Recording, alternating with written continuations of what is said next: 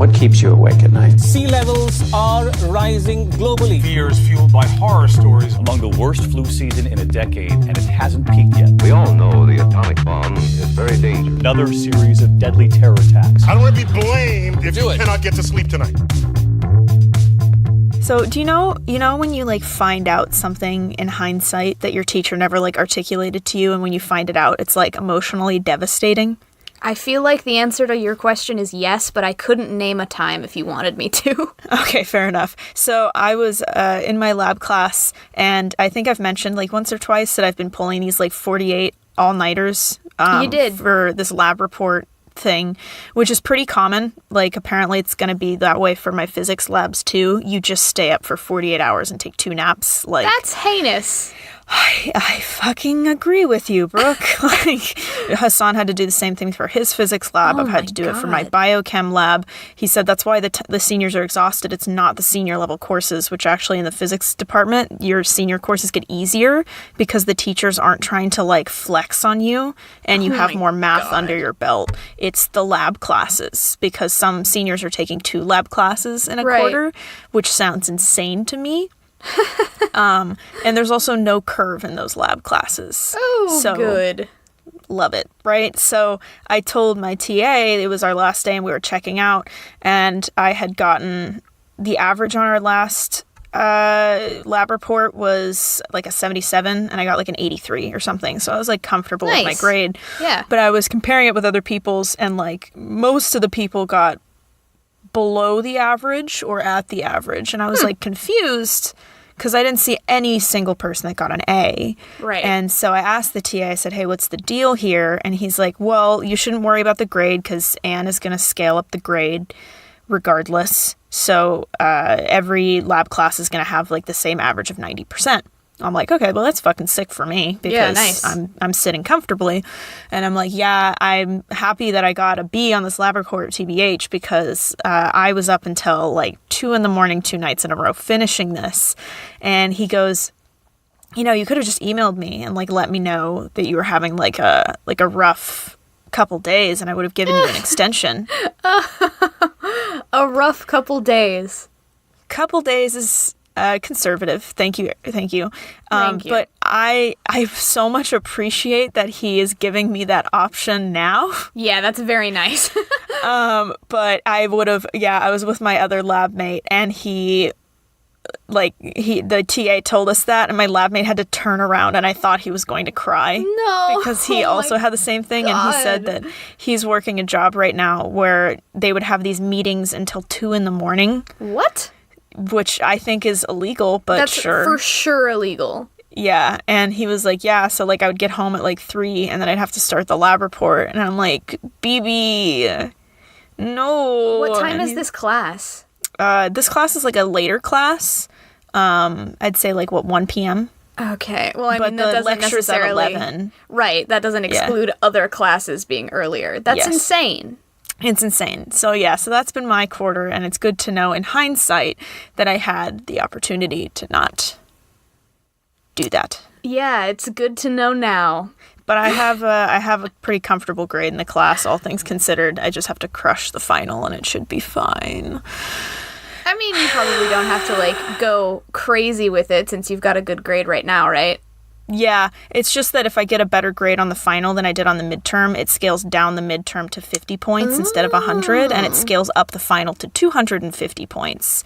So, oh my god. So I would like to do at least a B on that, because then it'll yank my grade up. Man, by comparison, my classes are so straightforward. There's none of this, like, scaling up or down midterms. Man, my midterm paper is worth 25% of my grade, my final paper is worth 30, and then the rest is just, did you come to class? I'm sorry. Yeah, I mean, like, that's the biggest complaint I've had about the quarter system so far is I was telling someone, like, the curve has never not helped me. Right. But I've also never ended a quarter with any idea of what kind of grade that I'm going to get in a class. That is such a strange thing that happens in only college, where, like, teachers just won't do grading until the end of the class. Yeah. Like, and then you don't know any of your scores until it's over. I don't know why that's like the generally accepted way to do college courses, but it is a consistent thing that I've been like, well, fingers crossed, I guess, every single quarter. Yeah, like, for example, I had a class where I, like, legitimately, no joke, got a 33% on the midterm, right? And I did the math, and I said, even with this curve, that seems possible, and with full points on all my homework, I would need to get a 90% on my final, which is an impossibility in physics, to go up to a C minus, which is failing because for an upper division physics course, you need at least a C, or I'd have to repeat it. So it was like this like fatalistic, like, well, the most I can do is my best and we'll see. And I went from that to an A minus overall, which is... That sounds like an impossibility, but all right. Yeah, I mean, like, right? Like, so, like, that's kind of how the physics department works, is like, just like another class last quarter, I just like fucked every single midterm. Like, and I was like, man, I have no idea how I'm going to pass this class. I see the physical grades. I got a B minus. And I'm like, that's it for me. Yeah. I don't understand. Like, I don't understand how. Yeah. How did this happen? Weird. That's bizarre. Yeah, so it just gives me massive anxiety because it's one of those things where, like, I'm supposed to be expecting to fail every single exam that I have, if you consider the averages in physics, but it could be a B, it could be an A. Who knows? Who knows? That is so weird. I don't know if I could hang with that. Never mind the math you do. Yeah, like that thing I sent you this week where I had actually reached a breaking point where I just started crying at like 12 a.m. I can't overstate this for the people at home. It is 2 solid pages of just math. Yeah. It's... Because it was the whole problem. The whole problem was like do something for odd solutions and then repeat it for even solutions. No. And the entire thing altogether was 5 pages. Just for that one homework problem. But yeah, it's 2 full pages of like not even like conceptually orienting things. It's just grinding through arithmetic and horrifying. Algebra, and it was But we're fine now because we're recording our podcast. Yes, and today, welcome to Things That Keep Me Up at Night. I'm Olivia. Hi. I am Brooke. I was gonna say I'm Bree. Why do I keep doing that? That doesn't even make any sense. Why do you want to say it? I've never said that. That's bizarre. Yeah. Whoops. Today we're talking about the beautiful disaster that is the Cat in the Hat live action remake. It is a fever dream of a film. It is, as one YouTube commenter said, Deadpool for kids, which I love. And it is so bad that after its release, the widow of Dr. Seuss forbade any live action remake of his films until she died. She sure did. It was crazy. And so we're going to talk about it today. We're going to talk about it by summarizing it. That's my job today. Hello. Yes. Which is so difficult to describe because the plot is so disjointed. I do not envy you. Yeah, so here's my best summary. And action. Hi.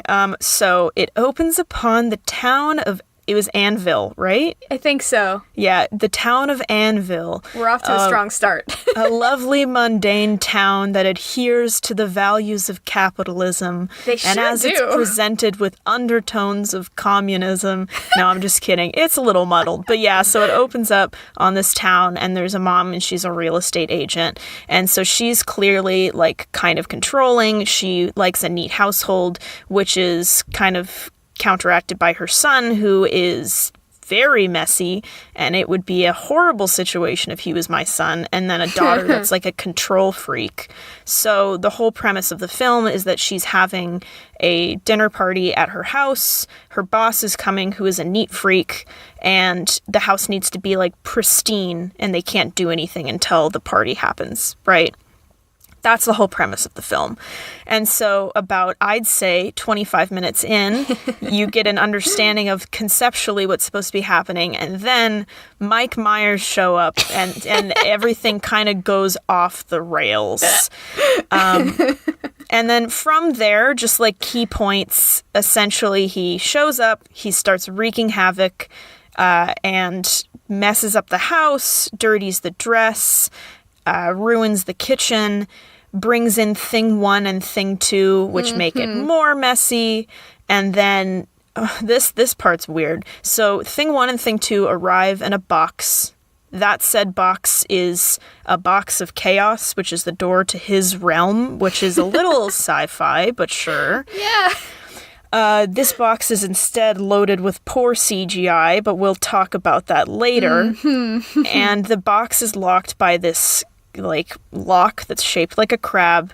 And he explicitly states to Conrad, do not open this box. This is the one rule that I have. And Conrad, being the stereotypical rule breaker, tries to open the box. The lock gets attached to the dog's collar, and then the rest of the movie is spent trying to find the dog to close the box because it's the mother of all messes, or whatever. And as you could expect from a children's film, they succeed in acquiring said lock, and after some havoc, are able to close the box. The cat saves the day by cleaning and repairing the house. They learn their lesson as children. Yada, yada, yada. You learn the value of fun. The end. Now, The value of responsible fun. Responsible fun. Thank you, Brooke. So that's the summary. So you might be thinking, why does this movie have 9% on Rotten Tomatoes? What a good question, Olivia. Oh my god. Okay, so back to the opening, and now let's unpack some of this. So Brooke and I have very mixed opinions. We do. Different opinions. I would say, overall, I genuinely enjoyed the film. Brooke says that she'd only watch it once, which she did, and that was enough. And I'm good, actually. Which is fair. And so the reason, and I will talk about this because I think obviously the part we're going to need to unpack the most, which is I assume is going to be what is your least favorite thing about the film, is the appearance of the Cat in the Hat. So the opening, so as an aside, the director is Bo Welsh, and he is the production designer for Edward Scissorhands and Beetlejuice, as well as Batman and Men in Black. And Some of these this really is just iconic design movies. They're just beautiful. Visually beautiful films. And this is his first and only time directing, which we will also unpack later. Yeah. And I personally really enjoyed the set design. And yeah, we can actually talk really quick about what our favorite thing was. Is yours also the set design? So, yes, but also there's like some other stuff that I actually genuinely enjoyed. But you can go ahead and go first. Okay, so the set design I really liked because, and this is like me personally, if anybody knows my taste in literature and film, I generally like satire. So for me, when I saw the set, it's kind of this campy, utopian, like rigidly structured society. And there's something kind of, I guess, successful in his execution because the set looked kind of campy. Right? Yeah, it's very like Stepford Wives meets Edward Scissorhands, which I guess makes sense because he designed it, right? Right, and so I think I actually enjoyed the part that the set looked a little mocked up. I know that they picked some place in Simi Valley and like constructed all these sets, and I kind of liked that because to me it almost seems a little like synthetic. If it was a more realistic and like well executed set, I think it kind of would have taken away from the fact that this is supposed to be like an ideal suburban society when in fact it looks kind of fake. It kind of looks like an entire city made of props. I think that was kind of cool. Yeah. You know, so I guess it's the way that you interpret it, is I think that it wasn't supposed to look like a super realistic town. I think it was supposed to look like a little campy, and I kind of liked that appeal. Yeah. So that would be my favorite part of the film. And the opening, I think, does it in a way that is definitely a little, not, what is it, I guess, static. Like, it's the whole town just looks a little, like, propped up, which I like. Yeah, for sure. Yeah, I did like that aesthetic a lot. That was, it was really cool. I did like the thing that, we actually watched a video after we watched the film. The YouTube channel is called Breadsword. Breadsword. All caps. Yeah, he does a series called In Defense Of, and he does In Defense of Cat in the Hat. And that is a point that I did agree with him with, is this town and this world that Bo creates is so immersive in the sense very good.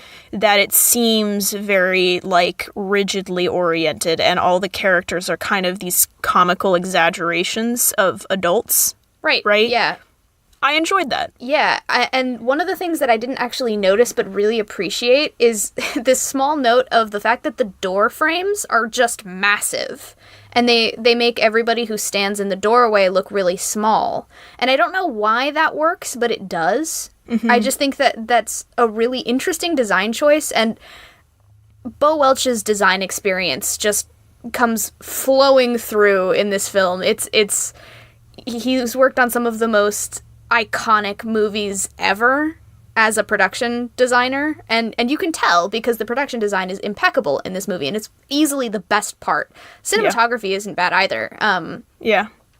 For somebody who is, like, the first director, I actually did enjoy a lot of the shots. A lot of the shots were really unique and interesting. Like, there's the one where Thing 1 and Thing 2 are messing up the house, and it does this shot where the entire house kind of looks like a dollhouse, and you just see them running around. It was super interesting, Yeah, I liked it. So, good job on him, I guess. I would say the directing and the set design was very successful, and the costuming was really great.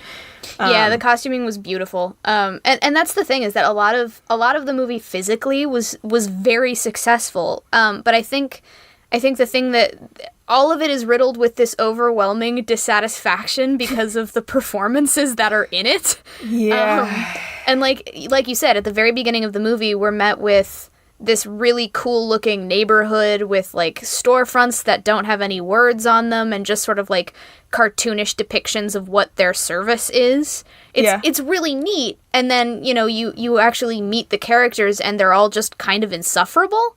In like a garish way. Like, you're scared for your life a little bit. Mm-hmm. Like when you meet the mom's boss, you're like, wow, if I met this man on the street, I'd ask for a restraining order. No questions asked. Yeah. It's bizarre. But yeah, I agree with you. I think that technically speaking, the movie is very well done, which it surprised me how much I enjoyed that. I was expecting, kind of like anybody, to hate it the way that I remember everybody hating it when it came out. And I didn't. I just didn't hate it that much.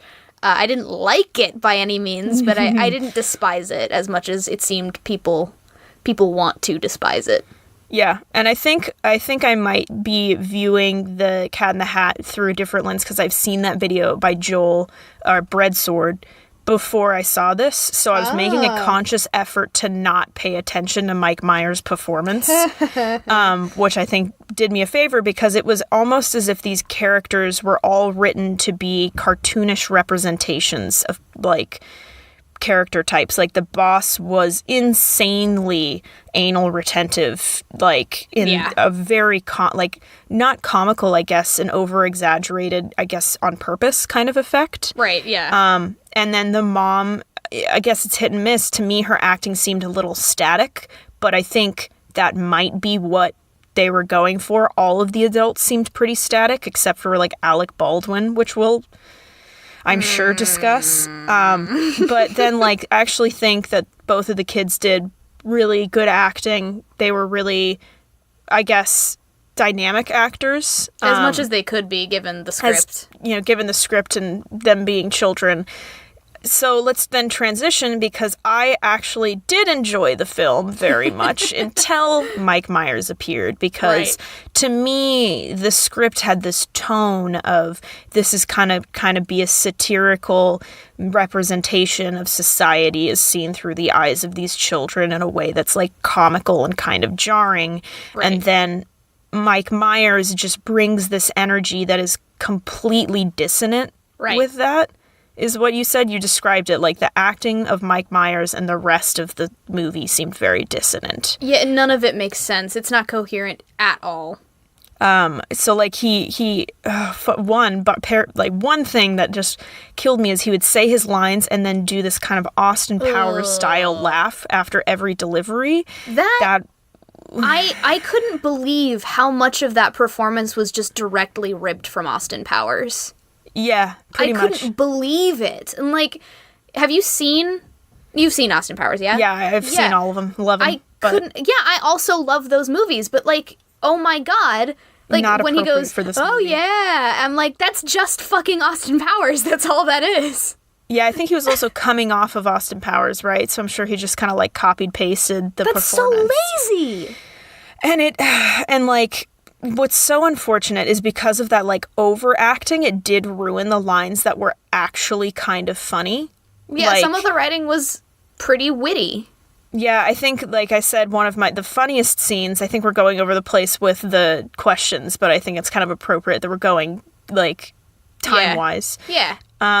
One of the funniest scenes for me was that Martha Stewart scene, because there would be moments where it would be kind of fun. It's the scene where he is playing both, like, a Martha Stewart type and then, like, a chef type. Right. And they're going back and forth, and then there is, like, a kind of like an audience set up opposite to the kitchen, and he is playing different people reacting to it, and he keeps, like, moving seats every time the camera pans back, which just, like, directing wise, it was very interesting and kind of funny, except every time I'd be, like, beginning to be enmeshed in this scene, then he would do something stupid, and I'm like, ugh. Like, I'm trying to enjoy this, I really am, I'm putting in the effort, but it just was over the top and repetitive, and I think he was appealing to children in a way that did come off as kind of condescending, like you needed this weird slapstick to enjoy it. That, I think, okay, so the In Defensa video made this point, it made an argument that it trusts the children to be smart and get the jokes, and that there's no velvet rope between adult jokes and child jokes, and I could not possibly disagree more. Like, that was one of my biggest complaints while watching the movie, is that I felt like I was being talked down to for the entire time, so long as Mike Myers was on screen. Like, yeah. All the jokes, and this is my actual least favorite thing, this was what I was going to talk about. All of the jokes are just, they hit you over the head with it, and just make it go on too long. It's one of the things that I don't like about Family Guy. It's one of the things that I don't like about a lot of children's movies, where they don't trust you to laugh the first time, so they just say the joke 4 or 5 times just for good measure. Yeah. And that's never more illustrated than in the scene with the elephant. Yeah, You know what I'm talking about? Yeah. Yeah, it's the scene where, like, an elephant has popped up out of the couch, and he is, quote-unquote, fixing the couch. Right, so and he does it goes this, like, on for Larry the Cable Guy kind of character, and he's acting like he's gonna go under the hood and fix the couch like he would a car. And this elephant pops up from under the hood, i.e. a cushion, and he dives in with the elephant and, like, gets attacked by the disembodied trunk that you can see, and it goes on for, like, maybe 2 solid minutes of him just, like, punching the elephant, and that's it. That's the joke. He punches the elephant, and then he crawls out of the couch, and that's it.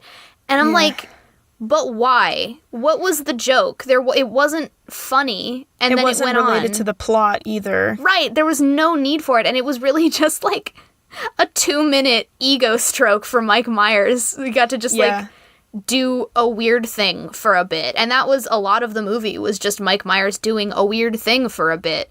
Sometimes it worked, but most of the time it was just kind of uncomfortable. Yeah. Would you say, for the most part, that his slapstick, I wouldn't say improved. I would never say improved, but seemed to relate more with the plot as the script went on. Because I felt his first 30 minutes on camera was so disorienting in a way that didn't move the plot forward. Yes. And I do think that the goal was to try and establish, like, this chaotic force. It failed because it just ground the plot to a halt. Yeah. But yeah, I would say that once we started to get a feel for what the point of his presence in the film was, then it became easier to kind of adjust. But yeah, I don't think at any point his performance became coherent. That's not a word I would ever use to describe this movie. But yeah, I do agree that as time went on, we became acclimated, I think.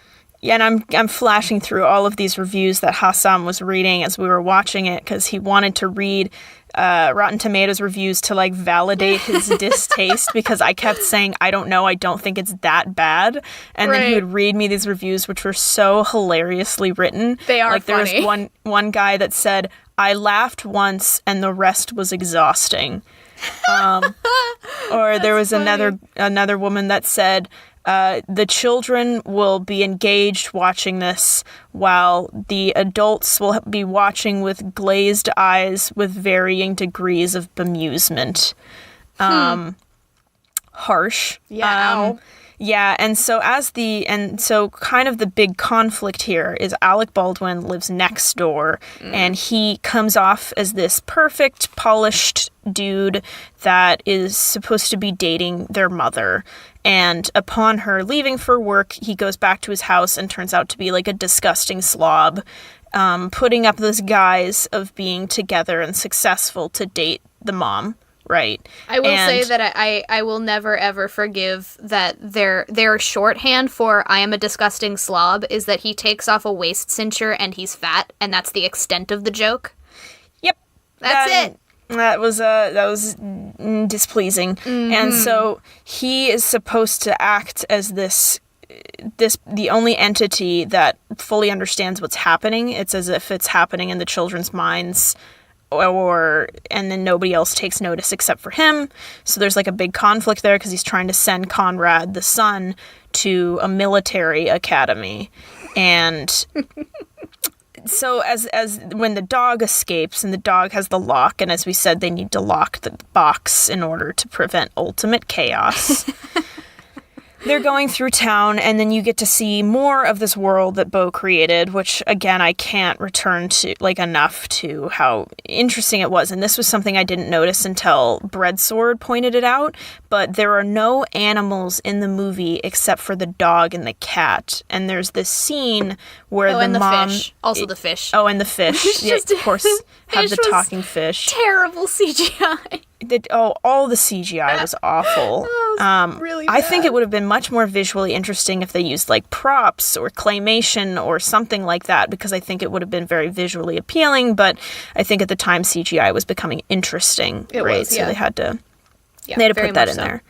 And there's a scene where the mom is driving back to her house. This is much later in the story after the Alec Baldwin character, whose name I forget, but Alec Baldwin like picks her up and says, the kids are wreaking havoc, you need to come home. Olivia, his name is Lawrence? Is it? Yeah. Oh, what an awful name. There's it's like entirely a whole bit appropriate. About Conrad calling him Larry, and he's like, it's Lawrence, which I guess makes him a prick? I don't know. Yeah, who knows? And as she's driving and winding through this field, there are cows, but the cows are prop cows that aren't moving, which is, again, this really visually appealing means of kind of stating this is all very, like, a synthetic, like, generated world.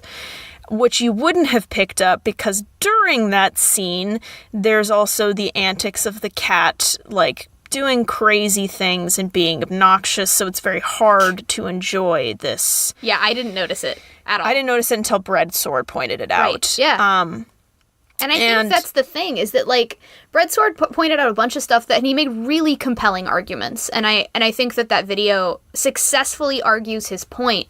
Mm-hmm. However, I can't get behind it because I didn't notice most of it because of fucking Mike Myers. Yeah. Like, And I found this article because it was so much a one-man show that, and this is what's so interesting is they chose a director who is famous for his, like, avant-garde production design that is just objectively speaking very beautiful and immersive, to direct a film by an author who's provided very avant-garde source material, so, like, you couldn't have had a better match in heaven. Right. And then the writers were the writers for Seinfeld and Curb Your Enthusiasm. Yeah. And so it was almost like a recipe for success. I can't understand where it went wrong. And again, I can't go, emphasize enough that really, if you subtracted Mike Myers's, like, entire performance, like his lines, everything, I'd probably give this film like an 8.5. But I wanted to know how much Mike Myers had an impact on this writing, because I've seen Seinfeld and I've seen Curb Your Enthusiasm, and this does not seem very this doesn't seem like them. There right? are some jokes that smack of both of those shows, but for the most part, anytime the cat is talking, it's just chaos with Right. very little wit.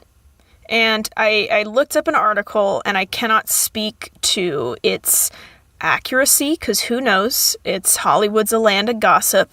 Yeah. And it talks about how there was somebody who was working on set, and she said that Mike Myers was a total diva on set. And this isn't new news. You know, there's stories of this when he was filming Wayne's World, that he was very difficult to work with. Right. News came about when he filmed The Love Guru, which I've refused to see. And it was just he was very controlling. He was a diva. He'd set up his trailer in a way where nobody could look at him. And there was something she said about how every time they would film something, Mike Myers would watch the screen back and give feedback to the director on what he thinks that they should change and what he thinks he wants done.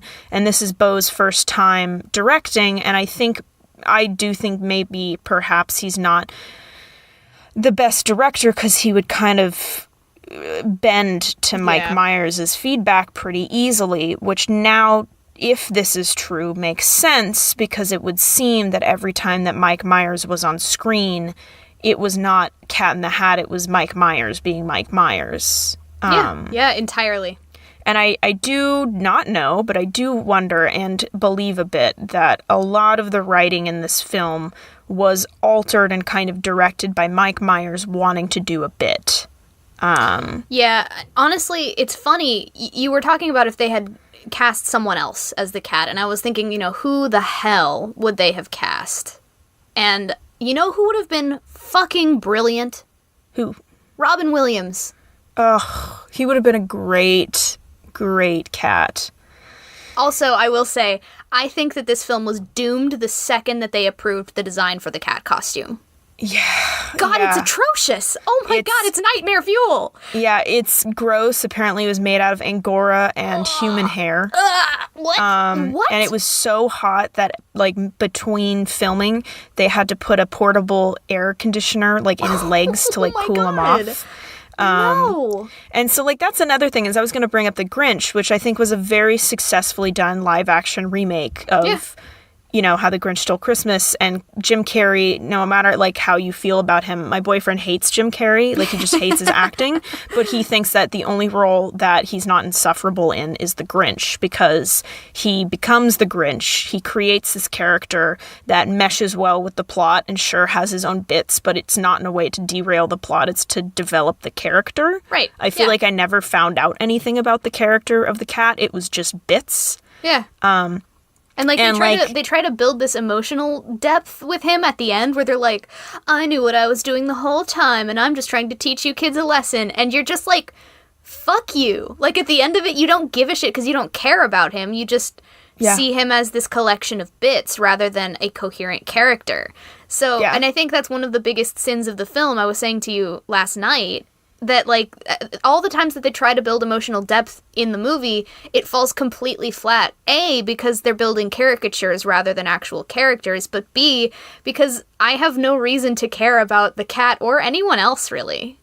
Yeah, and I think also, too, if I'm considering how much attention was paid to Mike Myers. Now, there was an argument that Breadsword made in his video about how every time that you see the kids start to, showing any character development or considering how their actions have an impact on those around them, i.e. their mother, the cat is in the background doing this face of yes, that is what I want you to find. And he shows a clip of it. And it is true. It's a scene where Conrad goes, I'm going to have to go to this military school and everything's falling apart and this is all my fault.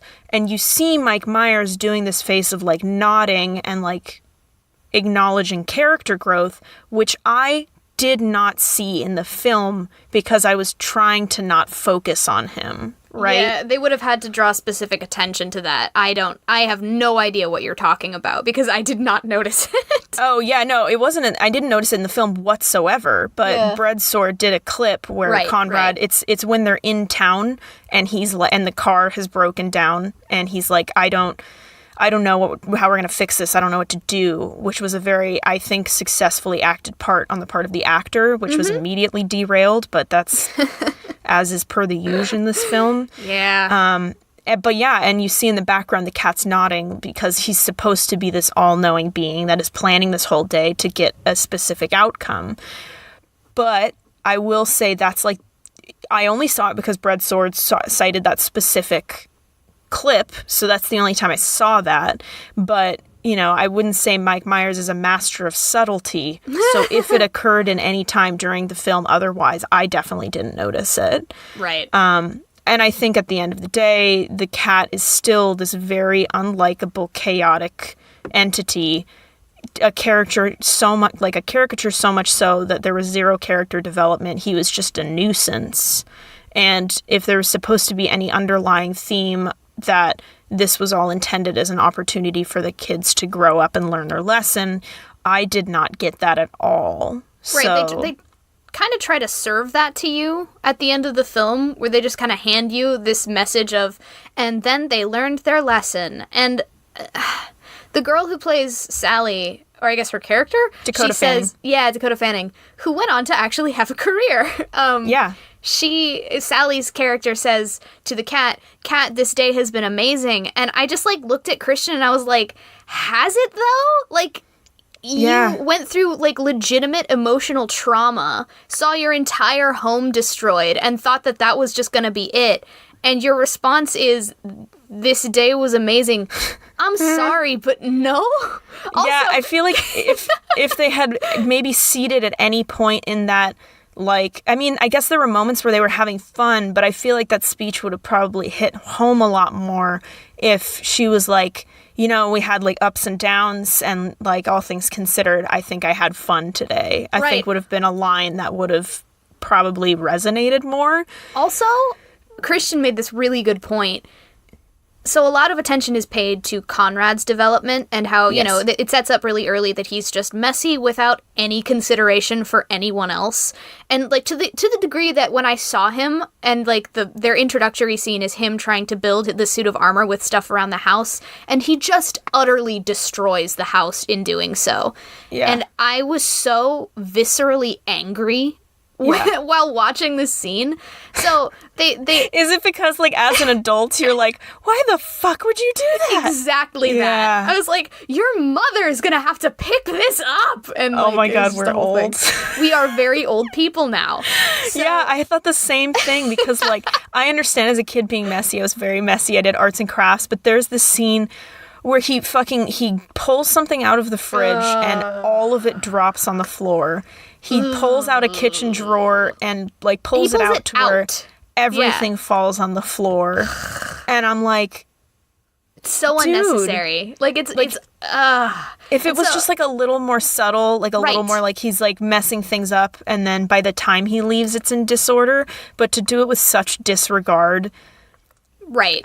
And that was one of the things that like at the end of this whole scene, the mom comes home, sees the mess, and she's like, oh my god, what have you done? And that's what creates the ultimate conflict of, do we send Conrad to boarding school? A lot of time is spent setting up this conflict, and there's a scene later where the mom is like, why can't you just do what you're told? And he makes this really weird statement about how sometimes he wishes that she wasn't his mom, which comes out of fucking nowhere because she did nothing wrong. Yeah. And then she, in turn, says, well, sometimes I wish that too, which objectively not cool. Yeah, that's a trauma-inducing conversation for sure. Right. And so, but she leaves and you get the feeling, or at least I did, that we were supposed to take Conrad's side. And I was like, nah, man, No. I don't know if this was unsuccessful writing or just that I'm an adult and can't relate Right. to that anymore. And that's like, the thing, is have it's a you kid's rewatched movie. Disney movies recently? And a 15-year-old is like, I want to marry him. And I'm like, fuck off, you're 15. Right? Like, I rewatched, like, The Little Mermaid, I'd have to say maybe 6 months ago with Solveig. Hey, shout out to Solveig. She listens to all our episodes. Solveig. And we were both watching it, and she's like, Daddy, like, I want to be with him. And, like, I know when I was younger, I was like, this man doesn't understand love. And now as an adult, I'm like, you don't fucking know him. And his Right. people are decimating yours. I don't understand. Yeah, there's so much of that. And it is probably a measured amount of that. But Yeah. the thing I was going to say, Christian made this point about how all this time is spent on Conrad, and then at the end, you know, we have him realize, oh, I need to have fun, but responsibly, and make sure I am being considerate of the people around me. Whereas Sally's problem is that she's a control freak and doesn't know how to have fun, so much so that her entire character development is that she has, like, a day planner, and that's weird, I guess.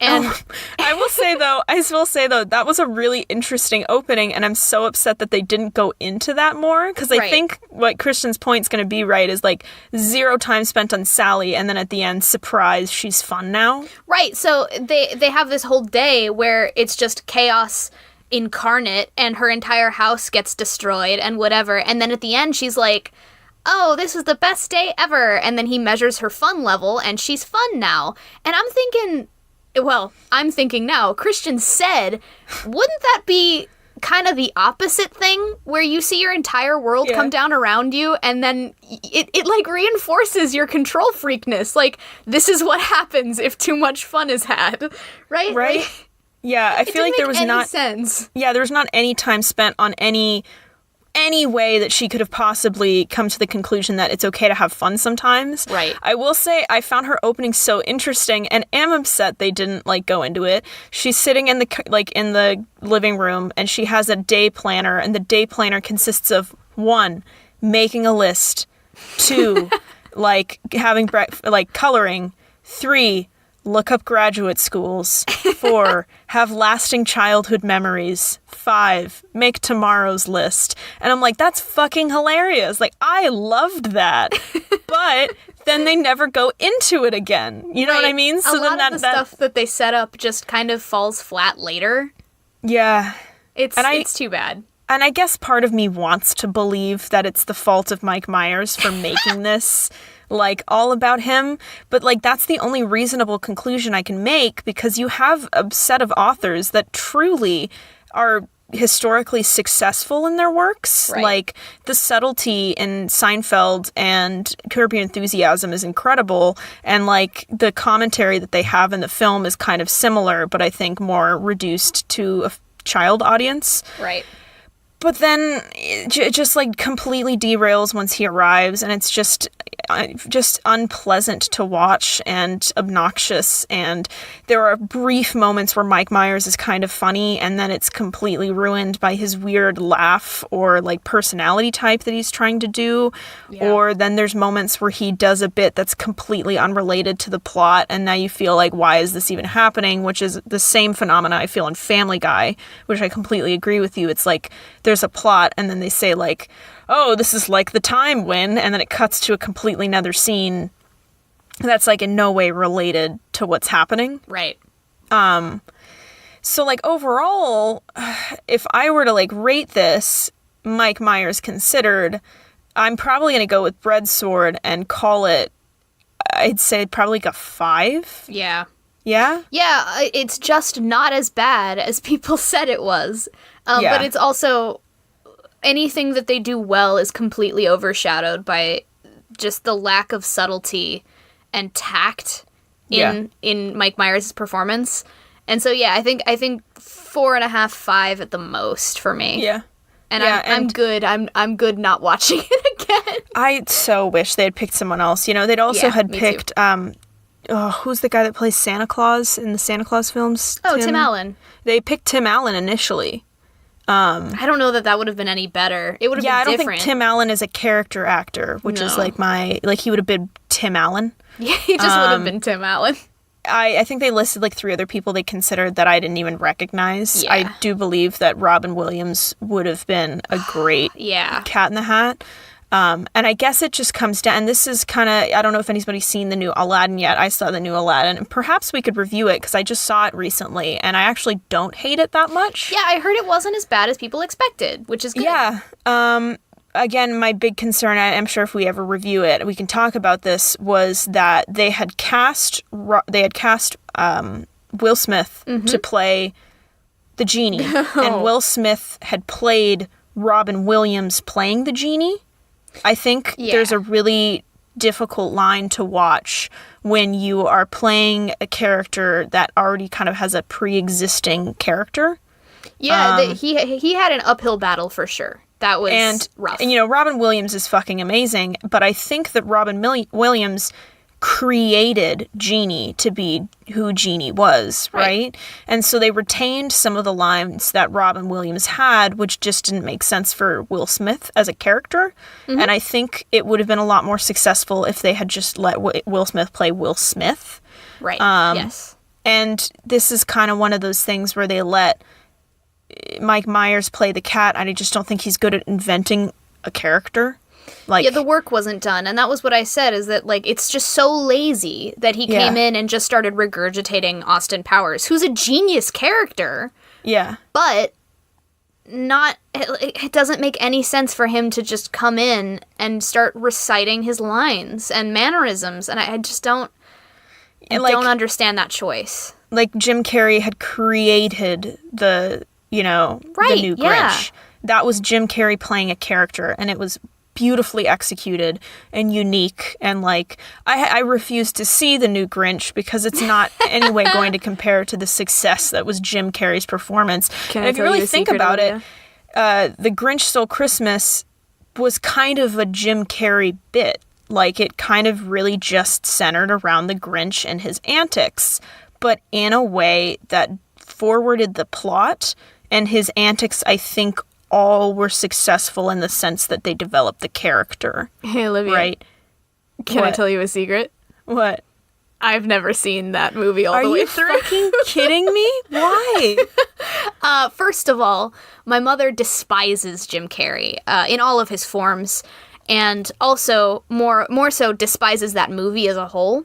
So whereas a lot of kids were introduced to it as youngsters, I was purposefully driven away from it. And it was just not allowed in our house, much like SpongeBob was not allowed in our house because my mother hated it. So no, I've not seen that movie. I implore you, it's on Netflix right now. I implore you to watch it because it is a very successful, like, reimagination of the Grinch. And now comparing it, it's so interesting because it seems like they were assembling the same recipe. They got a complete reinterpretation of the plot. Neither of the films adheres to the source material very much, just like the beginning and the end. Yeah. Which I think The Grinch did in a very successful way. They got this kind of dynamic that had been written in of, like, this is the way that things always are, and the kids are fighting against a system that has been pre-established to value things that kids can't really relate to. Like in How the Grinch Stole Christmas, it's materialism. Right. It's this entire town that's obsessed with Christmas from a sense of presentation and flaunting wealth. Right? And then in The Cat in the Hat, it's devaluing fun at the sake of efficiency and, like, the way things should be because it's the way that they are. And then they got an actor that they just assumed would invent this character, just like Jim Carrey did successfully. And he didn't. And it's just so bizarre. And I just can't imagine where it went wrong other than the acting of Mike Myers, because you have an incredible writing team. The budget was $100 million. The set design was crazy. Great. The editing was great. The cinematography was very visually appealing. The director was experienced. And that's the only place where it fell flat for me. Right. you know, and it's hard, you know, and the character development was non-existent because most of the screen time was dedicated to Mike Myers. So how can you write character development if the priority was giving him time for bits, you know? Yeah, for sure. And we could go into a little bit more about how a lot of the bits that he did were completely off color. Like, some of those jokes did not age well. Woof. Like, what was the one? Like I said, I like the Martha Stewart one. Right. I do think that the Larry the Cable Guy-esque character was not smart. It wasn't necessarily bad as far as aging is concerned, but it just wasn't smart. I do think that Dirty Ho has aged poorly. Oh yeah, he grabs like a hoe, like a gardening hoe, yeah. And they're like, "Come on, cat, we have to go." And he goes, "You dirty hoe," and then it falls, and he brings the hoe back up, and he goes, "I didn't mean that, baby. I loved you," and then tries to lick it, and I'm like, it's just uncomfortable and bad. This is my least favorite thing that he does in the movie, where he does. I don't know how to describe it because it happens so infrequently, but it's pretty regular, like, throughout the movie. It happens, like, 4 or 5 times, where he'll comment on the drapes, for instance, or the mother's dress, and the entire joke is, haha, I'm doing a gay voice, lol. And that's it. That's the entire joke, is that he's got a gay voice on, and it just, it aged so poorly. yeah, like there was the one he messes up the mother's dress, and they said, "You ruined mom's dress," and he goes, "Oh honey, it was already ruined when she bought it," and I'm like, right, and then he Z-snaps not once but twice. And then at the end he said, like, he like cleans the whole house, and he says like some kind of like quote gay interior design line, and he's like, those drapes are so out there in, and it's like, what is the joke here other than I'm making fun of gay voices? I don't. Yeah. It was just so. Again, one of those de-immersion things where he says it and I'm just like, why though? But why? What was the reason? And it's so interesting because there are certain parts where like he comes out of the character in this way where it's supposed to be very satirical. So I liked this segment that they did where the lawyers cuts. The lawyers I thought was fucking hysterical. So did I. They would like derail the plot and take a moment to like consult the lawyers to make sure that everything was on the up and up with references, or like he cuts off his tail and it like he swears and it cuts off the swear, which is like supposed to be funny, and then it comes back and he's talking to the kids in legalese, right? And then sees the cameras filming and is like, "Oh, we'll talk about this a little later," and he's like surrounded by lawyers. I thought that was kind of funny, but that's the thing is, I guess it's representative that perhaps the writers were intending the cat to be this fourth wall breaking, like, antithesis of the values that were represented in the film. And like the only other time that happens is like the kids say they feel like they're on an amusement park ride towards the end when the box is opened and they're essentially on like a roller coaster. Mm-hmm. Which I'm sure was intended to create a Cat in the Hat ride at Universal Studios, which clearly never happened. Good. And it like stops. They're like, "I feel like we're on like a roller coaster." And then he like the whole scene stops and pauses, and he looks at the camera and he goes, "A roller coaster you may see at," and he holds like Universal Studios pamphlets up, which I thought was kind of funny, but again doesn't mesh with the character that he has created. They didn't do it enough. If they were going to lean into that, they needed to do it like full on. This is the character. And that, I think, is one of the things that is so unsuccessful about the cat specifically, is that they never really decide what they're doing with him. And I do think that that's partially a Mike Myers thing, but it also might just be a writer's thing. Who knows? Maybe those were the only things that came through in the script, because I do believe if it was somebody like... I actually don't even think Tim Allen would have been a bad...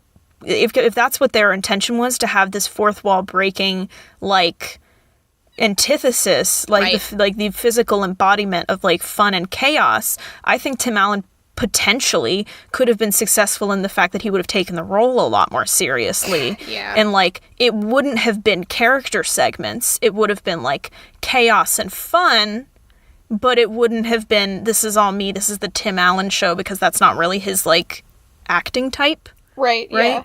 I feel like the ideal actor for this would probably have been someone that could either balance skits and seriousness, which I've really only seen successfully with like Jim Carrey or Robin Williams.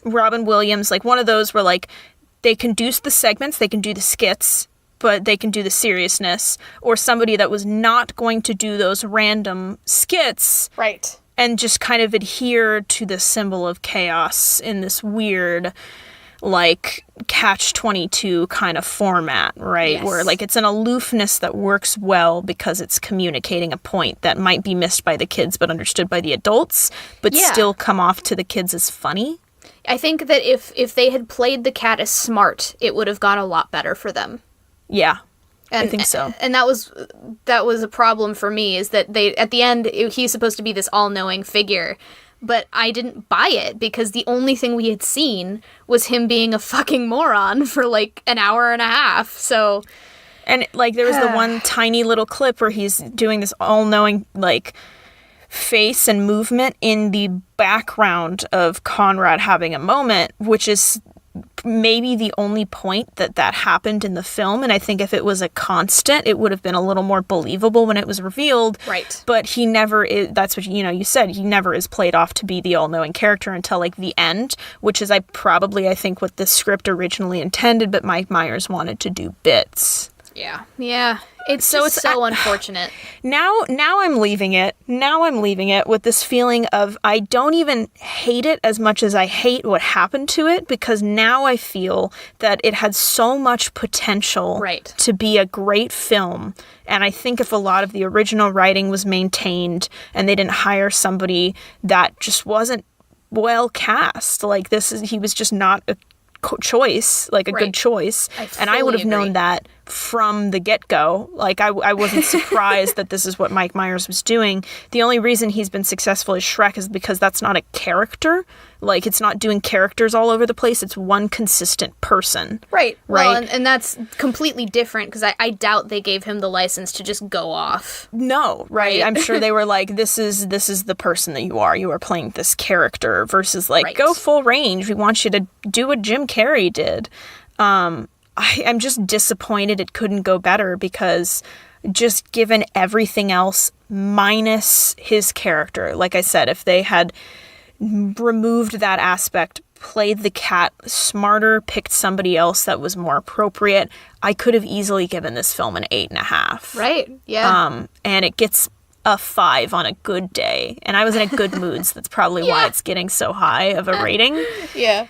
But I don't think it deserves a 1. Like, something that Breadsword said is, this film is not an 8. Like, this film is objectively not an 8, but it's also not a 1. And he said that, like, 7s can exist, 6s can exist.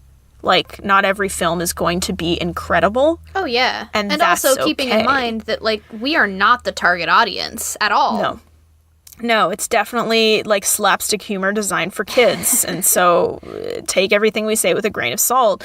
But there was something he said at the end of his review that kind of sat with me. He said there's a director that said something along the lines of, go and see the worst films because they are often sublime. And I think if you just not focus on Mike Myers, this would have been a really great, enjoyable film from like a satirical kind of standpoint. And I'm just unhappy it got ruined. So it is I don't think it's a 1. I think it deserves the 9% that it has because of Mike Myers. Yes. But I don't think it deserves to be called one of the worst movies in the world, because I think if you only focus on Mike Myers, then I get why it's a 1, right? It is really funny that we are kind of at this point now, because when I started watching the Breadsword video, Christian was sitting next to me, and as it was going on, Christian like turned to me and goes, "I feel like I'm being gaslighted." Which is a really funny response, but I kind of got it, because like my gut reaction was, I hate this movie. And then once I kind of sat with it for a little bit, I realized I don't hate this movie. I hate what Mike Myers did to it. Yeah. And like, that's such a strange thing, because at the end of the day, the cat is the movie. It's called The Cat in the Hat. And it's just so frustrating, because it could have been better. Yeah. Yeah. That's a fair point too. Yeah, Hassan didn't like the video at all. He said the argument that he deterred away from the source material, but the source material is avant-garde, and then the director tried to retain that avant-garde, like, cartoonish nature, kind of undoes his point that he was deterring from the source material, but I think he was just derailing from the plot, but he was trying to keep that Seussical energy in, and I the do production think design. I agree with Hassan not quite gelling with that point, because Breadsword makes this point that it's avant-garde and that Dr. Seuss was a student of the surrealist movement, and that was part of all of his books, which I will go with. And to try and keep with that feeling that Bo Welch tried to inject that into the film, and that's why nothing makes sense and nothing is connected and everything just sort of is dissonant with itself. Yeah. I think that that's not a strength. I think that even if you're trying to make a surrealist movie, you have to sort of still stick by the rules of what kids' movies are and what makes a successful watchable film. And I don't think enough attention was paid to that. If the goal of Bo Welch was to stick with the surrealist movement, he either needed to lean full force into surrealism or become a kids movie, because you can't really have your cake and eat it too with that. Like, that's not one of those things that you can dip your toes into. And I got the feeling that he was just trying to kind of like dabble in it, and that's why it didn't work for me. Yeah, that's fair. Yeah, I don't think it would, like, I don't really fully agree with his, like, this was a surrealist masterpiece, because I felt like any moment where it kind of felt like it could be was ham-handedly undone by the cat's character. Yes. But also, I think it is kind of a weird choice to try to make this a surrealist abstract film. Like, an Amelie wouldn't be a good kids film. No. You know what I mean? Honestly, if they had made it like a movie, like an adult, I'd say that like kids' movies aren't movies. Yeah, that's fucked. No, but if they had made it an adult movie, I feel like a lot more could have been done with that, right? Yeah, because you would have had more leeway to do like implicit, like subtle things.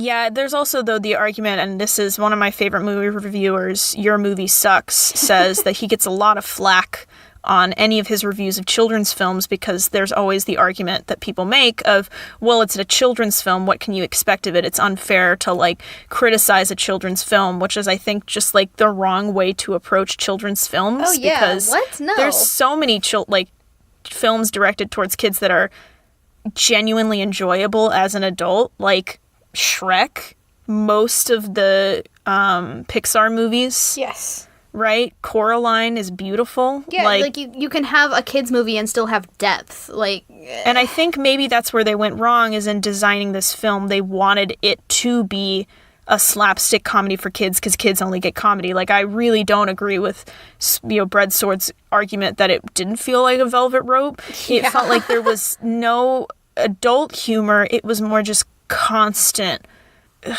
I don't know, easy humor. Yeah. Like a low-hanging fruit. And the few times that, like, it wasn't low-hanging fruit, it was played like it was. And it was just so strange. Such strange choices. Anyway, I think we've ripped this film apart enough, and we hit the hour mark. Oops. It's so strange that we're criticizing The Cat in the Hat for its lack of adherence to surrealist art. What a way to end it. But yeah, we've given our rating. We've gone through the questions. If y'all would like to tell us what you thought of it, yes, I want to hear that. I always tweet out kind of what we're watching, like, the week of, so that people can watch with. But if you listen to our argument now and then watch it, that'd be sick. I'm going to tweet out the video from Bo Welch to kind of give the love and respect, because we talked about his review a lot. And I think that's because it's one of the only positive reviews I've seen of it. Yeah, and it was a very fair review. Yeah, and I think at the end, when he gave it a 5.5 out of 10, I was like, okay, so he's reasonable, right? Yeah, if he'd been like, this is a 10 out of 10, I would have been like, all right, this doesn't make sense. Nope. But yeah, I think it's good and it's level-headed, and I'll tweet it out. Thank y'all so much for listening. As per the usual, if you loved us, please give us a review on iTunes. it's just from like a PR standpoint. If you have reviews, it's easy to get like sponsorships and connect with other people. And Don't pretend, also, Olivia, we love them. I love them, but also I'm explaining to people it's not because I just want to see them. It's because it really... We don't have an ego. It really helps us out to have them. And we really appreciate all the love and support we're getting. We love our Patreons. If you want to connect with us on social media, we're at TTKMeUp on Instagram and Twitter. We and have also a website. Facebook, but, And also Facebook, but who cares, as you said in Yes. one of the other episodes. We have a website, ttkmeup.com, that is linked to our Patreon if you want to become a patron. We're doing an AMA when we hit $100 a month. Yay! So and we're that'll be 27% cool. of the way there. Hey! Hell yeah! So that'll be fun. That is an avenue. Thank you so much for the love on the last episode. Yes. I've gotten a lot of positive feedback on it. And I think it was very interesting to do a whole episode on the Aboriginal people of Australia. I think that we were messaging, what is her name? Shanae. Shanae. We were messaging Shanae because I'd reached out and said, hey, enjoy today's episode, because it was her suggestion.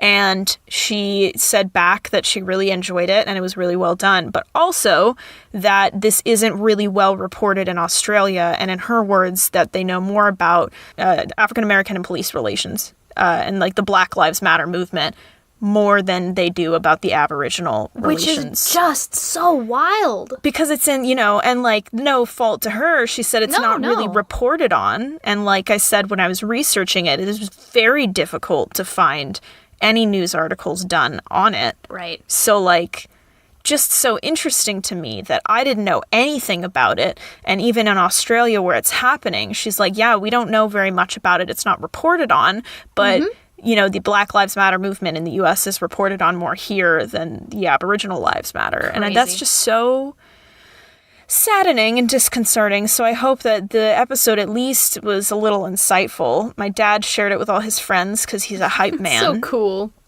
He actually, and I wanted to add this, he called me because he's read a book that's on the history of Australia, and he said it took them 200 pages of this like 500-page book to actually get to the part where they go to Australia, because he told me about like the history of why they moved prisoners to Australia. Right. Which actually, if you want to pick it up, it seems like an incredibly interesting topic.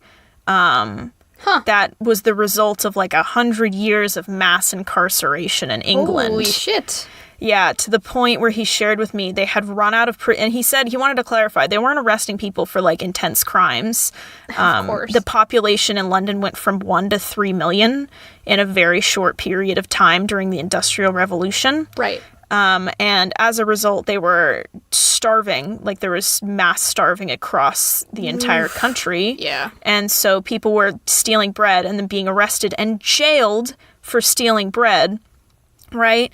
And he said prisons were so full to the point where when they would dock ships and the ships were no longer fit to sail, they would permanently dock them and then just like make them permanent prisons at the shore. Right? And he's like, so it was at some point when they had like multiple ships and it was hard to navigate the river and the prisons were full. They had picked 3 different islands, one of them being Australia, and just started shipping them there. And he said the brutality is pretty horrendous and suggested we do that as an episode. Yay! So if you're looking for an episode and you want to double down on Australia, man, it's sad. I'm actually not looking for a topic. I have one. Ooh, well, anybody out there, if you would like to hear us talk about that, I guess that could be one of our world tours, as was suggested in a previous one. And maybe I just did a little tease. Maybe this is a topic that I pick in the future. Maybe it is. We just do an entire heavy hitter about Australia as a country. Yeah, Australians are like, come on, guys. Ease up, man. Give us a fucking break. Okay. Well, on that note, we love you so much. Anything else you want to say or add other than we love them? I don't know, man. I'm still reeling from the colors of that movie. Yeah. We didn't even talk Enjoy. about the CGI. We but sure we're gonna end on that note because I really do implore you to watch it and to Draw your own experience conclusions for sure. the madness, the fever dream that is the Cat in the Hat. And scene. So, goodbye. I love you all. See ya. It's been real. Deuces. Are you gonna do the third one too? Fuck. All right. Bye.